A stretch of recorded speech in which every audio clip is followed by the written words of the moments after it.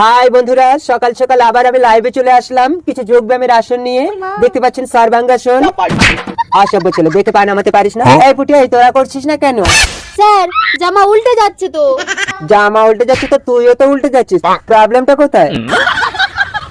Sir আপনি একটু করে দেখান তো। স্যার, একজন কমেন্ট করেছে উলঙ্গ আসন করে দেখাতে। স্যার আমি করব উলঙ্গ আসন। এই পুটি, উলঙ্গ আসন মানে জামা প্যান্ট খুলে উলঙ্গ আসন করতে বলছে। এই জাঙ্গিয়াটা খুলে দাও তো, ধুয়ে দেই। এই যাও তো অসভ্য বউ।